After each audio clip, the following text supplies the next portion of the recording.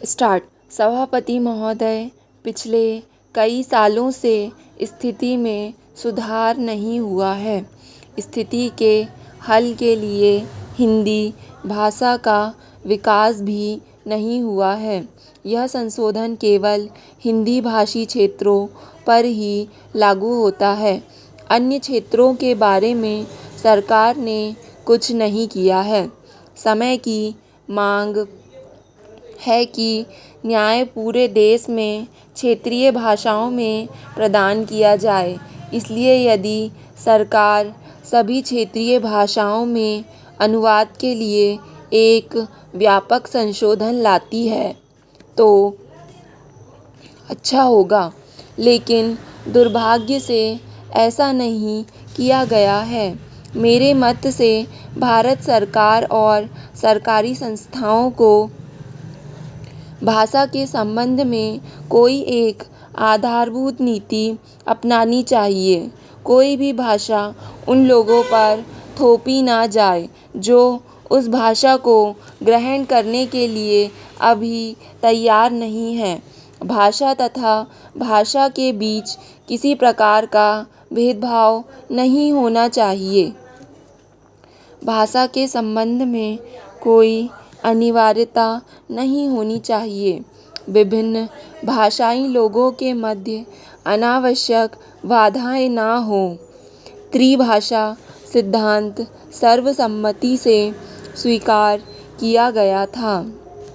दुर्भाग्य से संसद द्वारा दिए गए वचन को कार्य रूप में लागू नहीं किया गया।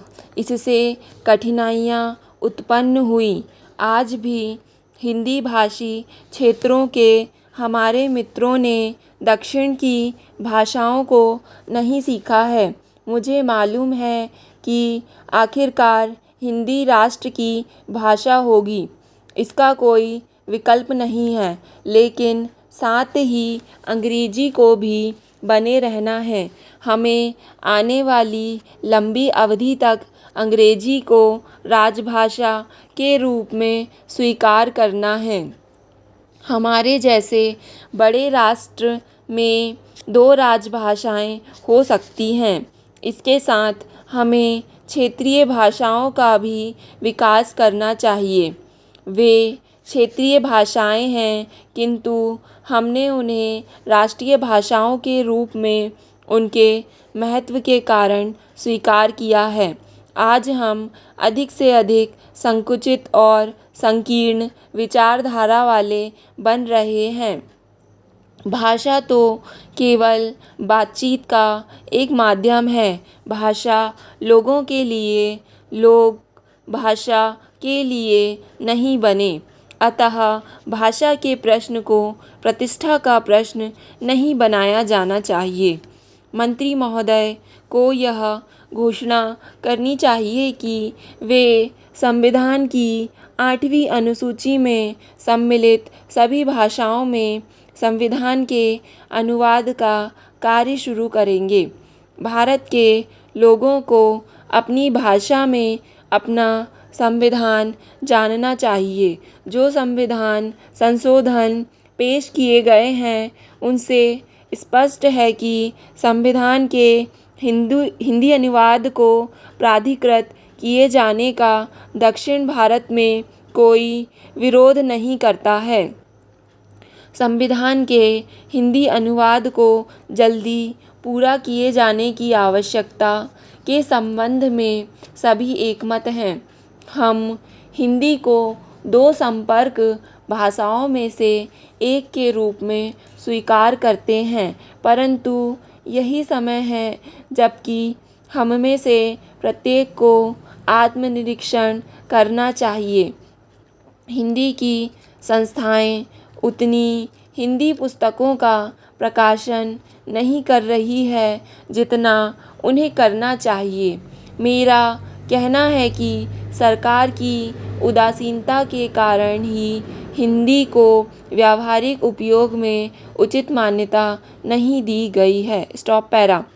उपाध्यक्ष महोदय, पुराने समय से नए समाज की जो विरासत मिलती है, उसी के आधार पर उत्पादन के साधनों का यह समाजीकरण होता है और केवल बड़ी कंपनियां ही इस स्थिति में होती हैं कि उन्हें समाज अपने हाथ में ले लें। पूंजीवादी विकास ही उन्हें इसके लिए तैयार करता है।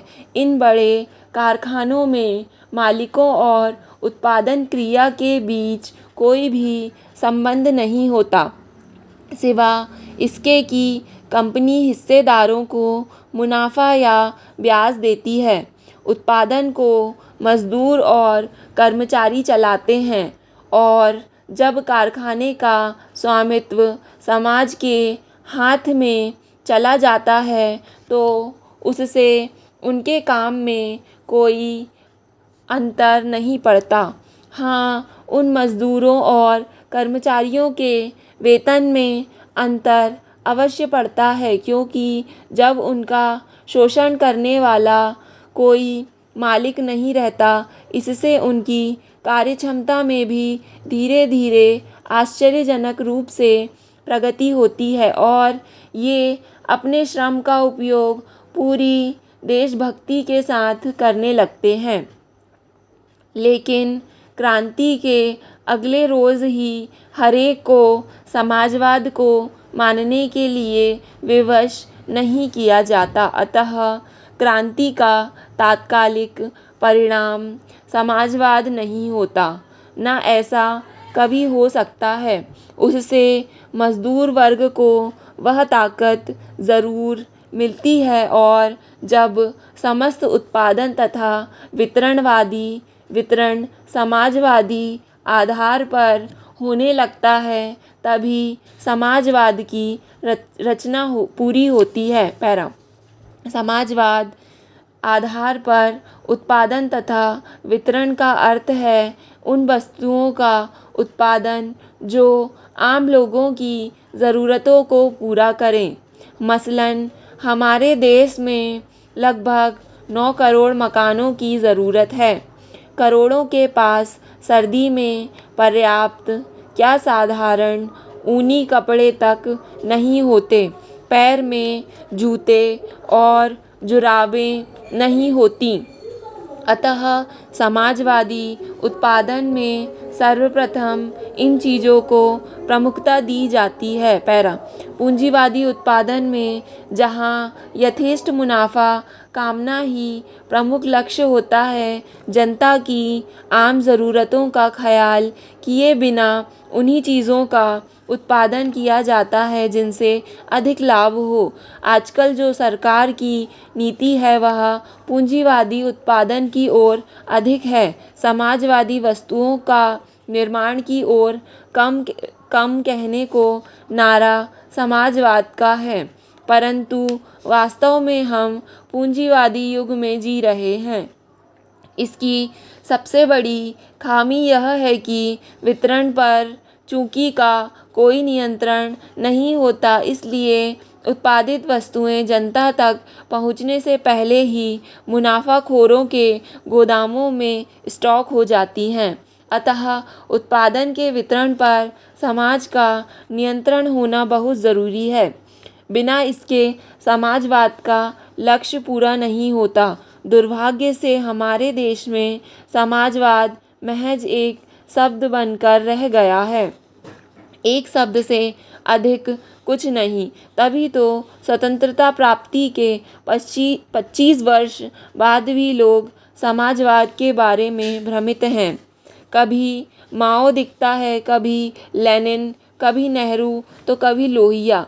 हमारे देश में समाजवाद का चित्र अभी स्पष्ट नहीं है, लेकिन एक बात तो स्पष्ट है कि भारतवर्ष का समाजवाद कहीं बाहर से नहीं आएगा, बल्कि इस देश की मिट्टी और जलवायु की उपज होगा।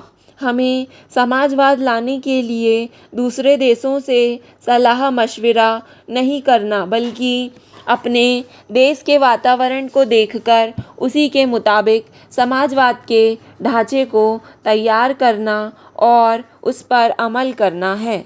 स्टॉप।